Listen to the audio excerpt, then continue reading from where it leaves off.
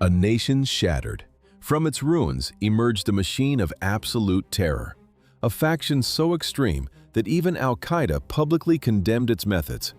How did a dying militia, facing total erasure in Iraq by 2008, conquer the Middle East? The answer lay in the Syrian power vacuum. The network began in 1999, a shadowy militant cell. For years, they bled in the Iraqi desert. American troops and local militias hunted them without mercy. The United States poured $300 million into the Sons of Iraq alliance to crush the insurgency. The strategy worked perfectly. By 2008, the extremist group collapsed. Airstrikes eliminated top commanders. Survivors vanished into the dirt. But geopolitics shifted. Civil war tore Syria apart. Choking desert dust settled over the concrete rubble of destroyed cities. Institutional authority disappeared. The physical border between two sovereign nations dissolved into an unprotected wasteland. A systemic parasite found a new host. By 2013, the militants stepped out of obscurity to claim the geopolitical void. They launched a war of total extermination. They fought everyone simultaneously. They struck Assad's regular army. They slaughtered Kurdish units. They engaged the Free Syrian Army and Hezbollah at the exact same time. The revival demanded a new architect.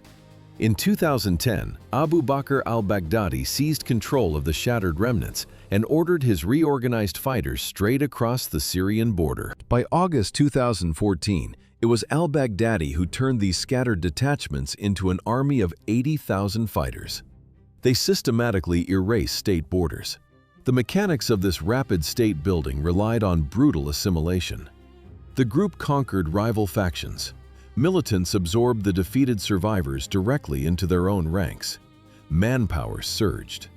But their primary weapon was not artillery. It was absolute psychological terror. The world expected regular militaries to hold the line. Armored divisions of sovereign nations should have crushed the militants. Instead, government institutions collapsed. Syrian and Iraqi soldiers stripped off their military uniforms. They dressed in civilian clothes. They abandoned their weapons and fled. The dread of a slow, agonizing death paralyzed the defenders. Reputation alone forced entire garrisons to surrender territory without a single shot. The advance consumed everything. The militants established their capital in the Syrian city of Raqqa. They physically dismantled the boundary separating Iraq and Syria. The terrorists carved out a continuous zone of absolute control. The proclaimed caliphate spanned over 100,000 square kilometers, an area matching the entire landmass of South Korea. Governing a territory the size of Iceland was impossible without total ideological terror. What idea could justify the legalization of slavery in the 21st century? The revival of a 7th century caliphate at any cost. This was not mindless fanaticism. It was a cold, totalitarian instrument of state control designed to break millions. The leadership weaponized Wahhabism. They sought to resurrect the early Islamic Rashidun Caliphate. That empire existed in the 7th century. Now, a ruthless new regime forcibly dragged a modern population of over 8 million people 1,400 years into the past. Sharia law became a carefully constructed legal framework for territorial cleansing. The state systematically hunted non-Muslims, but they targeted the Shia population with absolute mechanical precision. Shedding the blood of heretics was not just a religious duty, it was state policy. The authorities transformed the public squares of Raqqa into a relentless justice conveyor. Militants herded silent crowds into the center. An official read the verdict over a loudspeaker. The executioner struck. The sharp metallic clank of a sword against stone finalized the sentence. The system formalized genocide. It revived human slavery for specific classes. Judges enforced brutal amputations for minor theft. Public crucifixions and burnings kept the surviving population in a state of absolute, paralyzing fear. Women became legal property. Enforcing this absolute subjugation required a ruthless mechanism. The all-female Al-Qansah Brigade locked down the streets of Raqqa. They monitored every shadow. Walking outside without a male chaperone meant instant arrest. Displaying insufficient meekness before authority brought the whip. The faint rustle of dress fabric stretching too tightly across a silhouette triggered an immediate detention. The state institutionalized pure microcontrol. The regime regulated every breath. But the caliphate pushed the boundaries of terror too far. Their extreme ideology became a massive geopolitical liability. The Islamic State morphed into a machine so radical that it fractured the global terrorist underground. They became outcasts among monsters. Even Al-Qaeda backed away. The architects of international terror watched the butchery with alarm. The emir of Al-Qaeda officially condemned the rival faction. He issued a formal directive declaring the shedding of Shia public blood entirely unacceptable. By 2014, the caliphate collided with the ultimate burden of empire. Conquest was cheap. Administration cost billions. The world expected a mob of screaming fanatics. Reality delivered legions of cold tax inspectors holding import tariff charts. An unrecognized territory suddenly had to function like a sovereign geopolitical giant. They had to power entire cities, pump water, run hospitals, manufacture weapons. Where do you find the cash to pay thousands of government officials? The caliphate launched a machine of total, systematic extortion. Civilians paid the zakat, a brutal tax on all owned assets. Merchants crossing the borders handed over the ushur, a ruthless tariff on every imported and exported piece of cargo. Even the holy war was strictly audited. Fighters owed the khums on their battlefield spoils. An inspector evaluated a militant's freshly seized property. He calculated the exact 20% state share. The fighter took his official proof of payment. The dry rustle of paper receipts echoed in the room, finalized with a heavy black seal. In 2014, daily revenue from this bureaucratic racket exceeded $1 million. It transformed ISIS into the wealthiest terror syndicate in human history. But a growing empire burns through cash. When tax quotas fell short, the mask of statehood slipped. Extortion ruled the streets. Armed squads smashed the glass of local jewelry shops to replenish the treasury. But smashed glass and stolen gold could not fund an empire.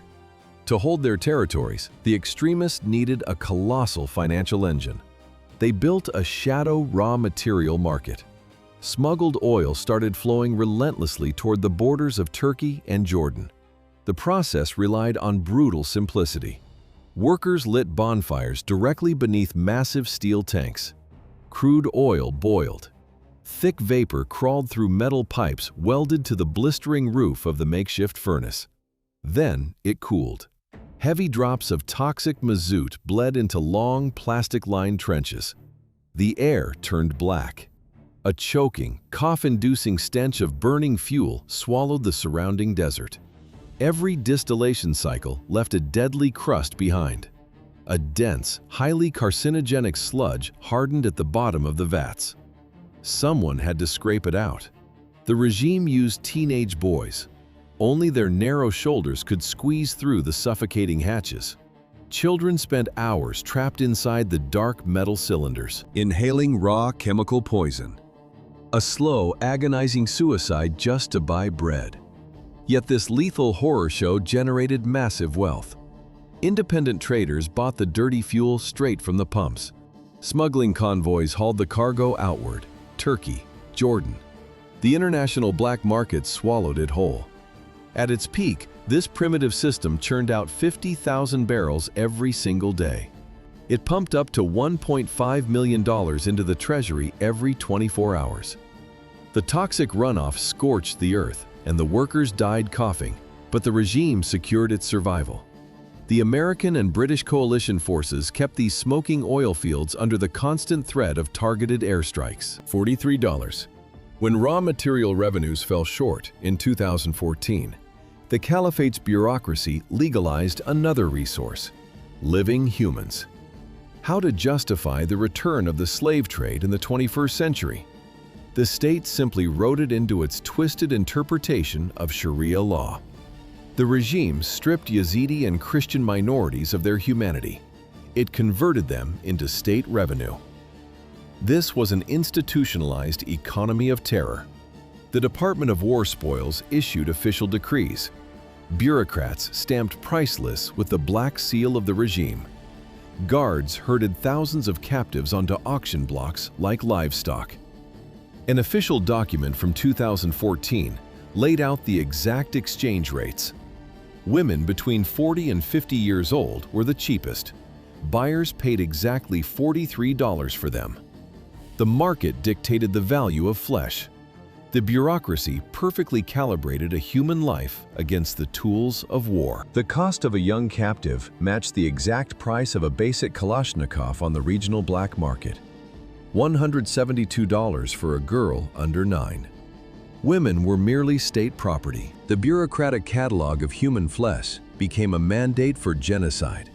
On August 3, 2014, the terror machine crashed into the Sinjar province. 200,000 people ran for their lives. Thousands would bleed in the dust or disappear into slavery before any coalition could finally breach the blockade. The primary target was the Yazidi people.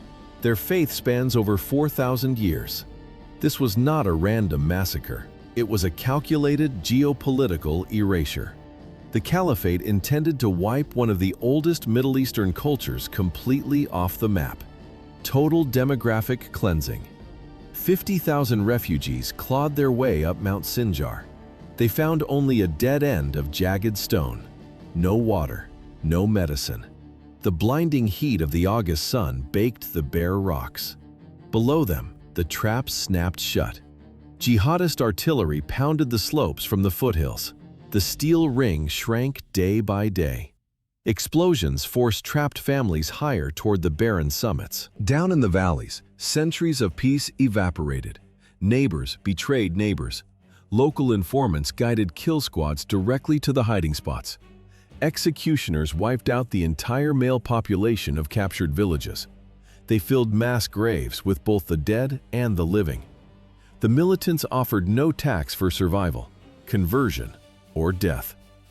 Up on the peaks, thirst took the weak. Then the sky finally roared. American cargo jets dropped heavy pallets of water and survival rations onto the unforgiving stone. Coalition fighter jets hammered the hostile artillery positions below. Kurdish militias charged through the smoke and tore the jihadist siege wide open. While 50,000 Yazidis fought for survival on the scorched rocks of Sinjar, the caliphate opened a second front, a new demographic purge, this time against the Turkmen. Why exterminate fellow Sunni Muslims? Their ethnic ties to Ankara made them a potential fifth column in the eyes of the ideologues. This was no religious crusade. It was a geopolitical weapon. Eradicating the Turkmen served as a direct provocation against Turkey, a calculated move to challenge a state with deep historical roots in the region and the second-largest standing army in NATO. The timeline of erasure moved relentlessly. In June 2014, Islamic State shock troops breached Tal Afar, a bustling city composed almost entirely of Turkmen. The streets became slaughterhouses. Militants executed 300 residents on the spot. They dragged 1,300 more into the dark. 600 women vanished across the border. Guards locked them in Syrian slave prisons. Forced marriages, serial abuse, total dehumanization. The ethnic map of northern Iraq shattered. By September, extreme violence and deliberate starvation pushed 350,000 people out of their ancestral lands. The tide of refugees kept swelling. By February of the following year, the exodus nearly doubled to 600,000. The caliphate uprooted an entire civilization in mere months. Local resistance groups fought back with smuggled rifles. They bled alongside Kurdish forces to reclaim their soil. But for the captives of Tal Afar, time ran out. Of the 1,300 civilians abducted during the initial invasion, the exact number of survivors who ever made it back home was 42. The quasi-state morphed into a cartel. 28 tons of smuggled crude yielded $115,000 in pure profit. How did terrorists earn up to $3 million a day in plain sight of the entire world? They sold cheap raw materials to their very own enemies. Trucks crossed the borders into Turkey and Iran. But the ultimate geopolitical absurdity unfolded in Syria. The Assad regime bought crude directly from the caliphate. Official Damascus was financing the exact same army that was actively trying to overthrow it. The market demanded blood oil. Smugglers bought 28 tons for just $4,200. They mixed it, disguised it, transported the cargo to Jordan. The shadow economy consumed the entire region. From $1 to $3 million in cash. Every single day. Then the sky opened up. The international coalition targeted the beating heart of this financial empire. Airstrikes pulverized refineries. Wellheads burned. Bombs obliterated the transport chains. By the end of 2015, the cartel had lost thousands of wells and its most profitable plants. Daily revenues plummeted to $660,000. As daily oil revenues bled down to $660,000, the caliphate demanded a new currency. They began liquidating human history. Tadmur. A dry desert wind swept through its millennia-old stone ruins. Syrian archaeologist Khaled al-Assad watched the black flags close in on his city. He made his final move. He systematically evacuated the most prized pre-Islamic artifacts. He buried the heritage of empires far from militant hands. They captured the scholar. They tortured him for 7 days. They demanded the coordinates. He gave them nothing. His silence disrupted a massive industrial machine. History had become the ultimate geopolitical bargaining chip. To survive the coalition airstrikes, the terror state seized 30% of all historical monuments across Iraq. Syria fell next. Heritage became an asset. The militants destroyed whatever they could not smuggle into the global black market. They detonated ancient statues and tombs for viral propaganda. They quietly trafficked the surviving relics to foreign collectors. Antiques morphed into their second-largest revenue stream. A desperate attempt to hold the collapsing front lines. But the treasures of Tadmur remained hidden. The cartel exacted its revenge. Militants strapped a crude placard reading "apostate" across the scholar's battered chest. The executioners hung the corpse of Khaled al-Assad in the ancient quarters of the city. Executing scholars in Tadmur could not save a dying economy. The radicals simply shattered their own sacred laws. Strict Islamic doctrine demanded the death penalty for consuming intoxicants. Yet the crumbling caliphate built state-run drug labs to survive. The internal mechanics were simple. Fighters swallowed white pills of Captagon. Hunger vanished. Fear evaporated. Men fought for days without sleep. The High Command issued a hypocritical religious waiver to keep the army moving. Ideology became a convenient mask. The religious vanguard mutated into a transnational cartel. In 2018, the Free Syrian Army captured a local stash worth $1.4 million, a mere drop. By 2020, the global export peaked. Italian police cut open massive industrial paper cylinders. A sharp chemical stench of synthetic amphetamines flooded the port warehouse. 84 million white tablets spilled across the concrete floor. Each bore the unmistakable stamped logo. 14 tons of pure stimulant. This single colossal delivery matched the total quarterly supply smuggled into Europe by major South American cartels. The shipment cost $1 billion. A billion-dollar Syrian Captagon empire could not halt the coalition's advance in December 2017. Iraqi forces reclaimed their cities block by block. The black flag fell. How does an annihilated state continue to strike? Through a global network franchise. An oath to the caliphate requires only an internet connection. By February 9, 2019, the empire shrank to a single dusty village, al-Baghdad. The Syrian Democratic Forces launched the final assault. Artillery leveled the last strongholds. The physical state died, but the ideology mutated. It evolved from a grounded government into a borderless phantom. Cells activated across Africa. Lone wolves struck from Europe to the Philippines. The franchise orchestrated operations across 29 countries. This geographical reach entirely eclipsed al-Qaeda at the absolute peak of its power. No capital, no borders. The dusty ruins of liberated al-Baghdad faded into grainy security camera footage. Crocus City Hall. Armed men in tactical gear calmly walked through the lobby. The deafening echo of automatic gunfire shattered against the vaults of the modern concert hall. Smoke filled the aisles. A phantom state directed a highly calculated massacre. Gunmen killed 144 people and injured 551 in the Moscow theater on March 22, 2024.